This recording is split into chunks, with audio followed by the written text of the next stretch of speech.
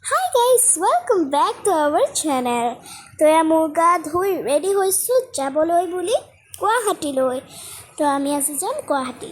তো বাৰচৰলৈ যাম আৰু যিহেতুকে মোৰ ছামাৰ ভেকেশ্যন চলি আছে তো সেইকাৰণে অলপ ফুৰিমো আৰু এইবাৰ আমি আইতাকো লৈ যাম লগত। তো এতিয়া যিহেতুকে অলপ লং জাৰ্ণি সেইকাৰণে গাড়ী লৈ লৈছোঁ। ৰ'দ পৰিছে সেইকাৰণে দুযোৰ ছানগ্লাছ লাগিব।